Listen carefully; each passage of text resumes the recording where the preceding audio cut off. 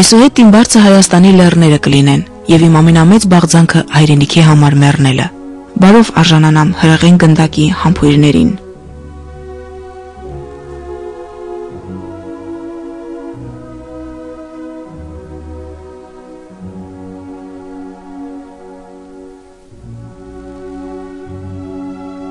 Սարերի Ասլան ասում է ֆիդայապետ Գևորգ Չաուշին իր հանդուգն խիզախության համար։ Պարտությունը խորթ էր հայդուկին, նա հաղթանակի զինվոր էր։ 17 տարեկան էր, երբ զենք վերցրեց ձեռքն ու երդվեց մեռնել հայրենիքի պաշտպանության համար։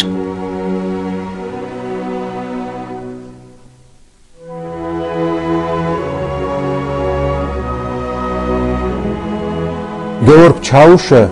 հրաժարվել է անձնական կյանքից, զրկել է իրեն ամեն երջանկությունից, հայրենիքի սերը ընդունել է որպես կրոն, իսկ ազատագրական փափագը որպես Աստված։ Խիզախ հայդուկից սարսափում էին թուրքերը եւ ամեն ջան գործադրում նրան բռնելու համար։ Թուրքերին հաջողվում է 2 անգամ ձերբակալել Չաուշին, բայց անհավանական հնարքներով նա կարողանում է փախչել բանտից։ Համիդյան կառավարությունը Չաուշին բռնելու համար 1000 ոսկե է խոստանում, բայց ապարդյուն։ Սարերի Ասլանը միանում է հայդուկներին եւ շարունակում ազգային ազատագրական պայքարը։ Գևորգը ուներ բնավորության մի երկու գիծ, որ մենագին ուներ, մյուսները չունեին։ Նա շատ աշխուժ մարդ էր, տղա էր։ Էպես ասում են քաղցրարուն ուներ։ Քուրդ կանած մեծ մասը սիրահարված էին դրա։ Իրանք Գևորգ եթե Անդրանիկի խնդրում պարզապես կար պարտականություն, կար հարգանք Անդրանիկի տաղանդի նկատմամբ, Գևորգի շուրջը խմբվում էին մարդիկ, որոնք նրան պարզապես սիրում էին։ Գևորգ Չաուշը գործել է Արաբոյի, աղբյուր Սերոփի ու Անդրանիկի հետ։ 1899 թվականին աղբյուր Սերոփի սպանությունից հետո Գևորգ Չաուշը կազմակերպում է Խալիլ Բեյի սպանությունը։ 1900-ից 1901 թվականներին ղեկավարում է մի շարք կռիվներ, որոնք կարևոր դերակատարություն են ունենում հայդուկային շարժման համար։ Գևորգ Չաուշը 1901 թվականի նոյեմբերին Առաքելոց վանքի կռվի եւ 1904 թվականին Սասունի ապստամբության ղեկավարներից մեկն էր։ Ապստամբության պարտությունից հետո անցնում է Վան, սակայն Ախթամարի խորհրդակցությունից հետո 1904 թվականի օգոստոսին վերադառնում է Տարոն ու շարունակում հայդուկային պայքարը։ 1907 թվականի մայիսի 27-ին Սուլուխի մեծ կռվի ժամանակ Գևորգ Չաուշը ծանր վիրավորվում է։ Նրան տեղափոխում են Սուլուխի կամուրջ, դա շատ հետաքրքիր կամուրջ է, իմիջիայլոց թուրքերը վերանորոգել են այդ կամուրջը։ Եվ գցում են պարզապես նրան թողնում են այդտեղ մենակ գնում են։ Եվ ոչ թե վերքից, արարողականությունից մահացավ Գևորգը։ Աշնակ գյուղում գտնվող այս թանգարանի հիմքերը դրվել են դեռևս 1967 թվականին, երբ արգելված էր հայդուկներին փառաբանելն ու նրանց երգեր ձոնելը։ Սակայն Գևորգ Կրծերը, Չաուշի եղբոր թոռը, համագյուղացիների ու սասունցիների օգնությամբ կառուցեց երահարկ շինությունը, բայց չհասցրեց ավարտել ներքին հարդարումը։ Աշնակցի Սուրեն Ֆահրադյանը, որ երիտասարդ տարիներին ոգևորությամբ մասնակցել է շինարարական աշխատանքներին, տարիներ անց կազմակերպում է տուն թանգարանի վերջնական նորոգումը։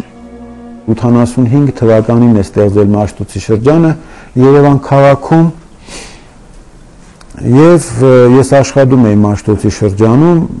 ֆինբաժնի վարիչ որպես։ Ճիշտ ասած, ես նախորոք մտածել էի իմ մեջ, թե ոնց կարելի էր կազմակերպել, չէ որ դա դրամական միջոցներ պիտի հատկացվի։ Իսկ սովետական երկրում բյուջեից դրամական միջոցներ հատկացնել որևէ գյուղի մասնավոր տուն թանգարան կառուցելու համար դժվար։ Ու կարելի ասել նույնիսկ այն ժամանակ չլուծվող հարցեր, բայց երբ ես համաձայնեցրեցի ֆինանսական հարցերը, այն ժամանակ Ջանիկ Արտաշովիչ Ջանոյանը ֆինանսների նախարարն էր, ես մի օր գնացի, խնդրեցի ընդունելություն այդ հարցով, ասեցի, որ այս նման աշխատանք են կատարել գյուղում, անավարտ է մնացել, հիմա ֆինանսական միջոցներ են անհրաժեշտ, որ կարողանան ավարտել այդ շինարարությունը։ Մի անգամից հարց տվեց ինձ, թե իսկ դու ինչ առաջարկություն ունես, որ եկել ես նման հարց ես դիմում, ասեցի առաջարկություն դեն ժամանակ հոտված կար ծախսային մասում բյուջեի, որ որպես շեֆ կազմակերպություն կարելի էր շեֆ կազմակերպությանը օգնություն ցուցաբերել։ Աշնագյուղը ճանաչվեց Մաշտոցի շրջանը ճանաչեց Աշնագյուղ որպես շեֆ կազմակերպություն եւ տեղական իշխանության հենց իսկ որոշմամբ գումար տրամադրվեց Գեորգ Չաուշի տուն-թանգարանը վերանորոգելու համար։ 89 թվականի մայիսի 27-ին շքեղ տոնահանդես կատարվեց Աշնագյուղում եւ այդ օրվանից Գեորգ Չաուշի օրը կոչվեց մայիսի 27-ը։ Ֆիդայինների տունը մասնակի նորոգման կարիք հիմա էլ ունի։ Հայդուկների անձի ու գործի մասին պատմող թանգարանային նմուշները շատ չեն։ Ֆիդայինների զանազան նկարների կողքին փակցված են Անդրանիկի նամակներն ու հրամանները։ Գևորգ Չաուշի գործը, պատգամները, որոնք հայրենիքին նվիրվելու, ազատության ու անկախության համար պայքարելու խորհուրդ ունեն, միշտ ուղեկցել են Սուրեն Ֆահրադյանին։ Ու քանի որ Գևորգ Չաուշը մեկ գյուղինը չէ, այլ ողջ հայությանը, գլխավոր հերոսը ֆիդայություն կոչվող վիպասքի, ուստի քաղաքամայր Երևանում Էրգիր միավորման նախաձեռնությամբ կանգնեցվեց Գևորգ Չաուշի ժայռակոպ արձանը 7 մետր բարձրությամբ, վեհաշուկ ու առնական։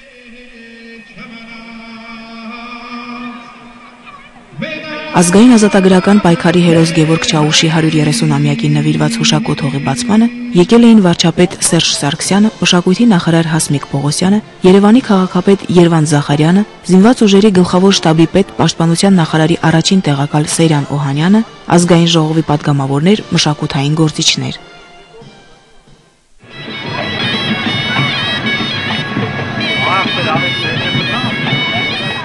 Արձանի բացմանը ներկայացուցիչները հպարտությամբ էին խոսում Չաուշի ոգու արիության ու մարտական սխրանքների մասին։ 100 տարի մեր ժողովրդի մտքի ու սրտի մեջ է Գևորգ Չաուշը։ Նրա մասին երգել են, նրանով ոգևորվել, թև առել, նրանունով նորածիններ կոչվել։ 100 տարի այս անունը տարոնցի է պահել եւ հային հա, այսօր էլ է պահում ու կպահի հավիտենապես։ Գևորգ Չաուշը բոլոր նրանցն է, ովքեր ապրում են ու պիտի ապրեն իրենց հայրենի երկրում։ Նա ծառի պես աճել է իր երկրի հողից եւ անկարող էր հեռանալ ոչ նրա սիրուց, ոչ տառապանքից։ Սա մեծ եզակի վարք է, որի կարիքը միշտ ունենալու է հայրենիքը, թե խաղաղության մեջ, թե օրասի պահի։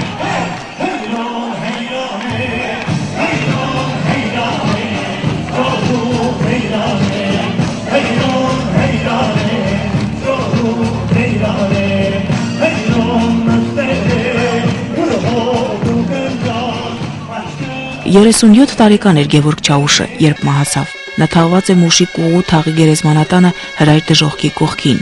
Այսօր սակայն քաղաքի այս մասը վերակառուցվում է եւ ամենայն հավանականությամբ քանդվելու է գերեզմանատունը։ Հովհաննես Խալաթյանը եւ Ստեփան Պողոսյանը Արեմտյան Հայաստան կատարած ուխտագնացությունից բերել էին Գևորգ Չաուշի գերեզմանից մի բուռ հող։ Այն սփռվեց Ֆիդայապետի կանաչապատ հարթակի վրա։ Էրգրից բերված աղբյուրի ջուրն էլ ցանեցին կանաչ գոտու վրա։ Գիտնական պատմաբան հասարակական գործիչ Ստեփան Պողոսյանը կարևորելով հուշակոտ հողի կառուցումը նշեց, որ այն մեծ նշանակություն ունի երիտասարդ սերնդի հայրենասիրական դասերակցության համար։ Ես սերտանց ուզում եմ մեզ բոլորից շնորհավորենք այն բանի համար, որ Երևանում ստեղծվեց ու բացվեց մեր ժողովրդի ամենապայծառ, ամենաշիտակ, ամենախիզախ մարտիկներից մեկի Գևորգի հուշարձանը։ Գևորգը դպրոց եղել ամբողջ սերունդների համար եւ այս հուշարձանը կօգնի, որ սրանից հետո նա ավելի մեծ դեր խաղա մեր մատող սերնդի հայրենասիրական դասիրակության համար։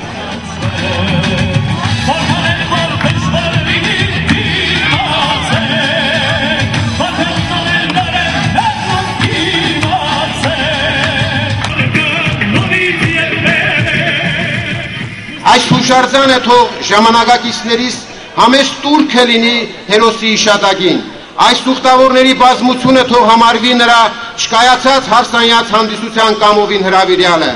Աշխուժով, եռանդով ու իղձերով լի այս ժամանակը թող կոչվի նոր Գևորգ Չաուշների ժամանակը։ բոլոր այն խելացի, անհանգիստ, կրքով ու խինդով ապրող հոգիների ժամանակը, ում համար երկիրը մշտնջենապես ապրող ու շնչող իրականություն է։ Փառք ու պատիվ անմա Գևորգին։ Բազալտի ամրությունը համահունչ է Գևորգ Չաուշի խառնվածքին, ապրած կյանքին ու գործին։ Լևոն Թոքմաջյանը ցանկացել է, որ իր քանդակած արձանը հիշեցնի Սասնա լեռները։ Ֆիդայապետի հայացքն ուղղված է դեպի Մասիս, աջ ձեռքը խրված է ժայռակտորի մեջ, թշնամու ոչ մի թիս հող չզիջելու անխախտ համոզմամբ։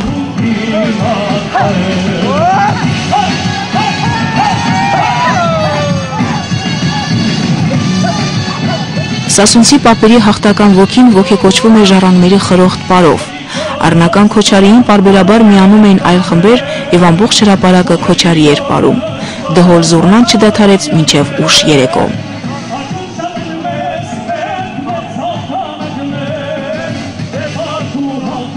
Երևանցիների համար հուշակոտ հողը հայրենասիրության և հաղթանակների մղող խորհրդանշական իմաստ ունի։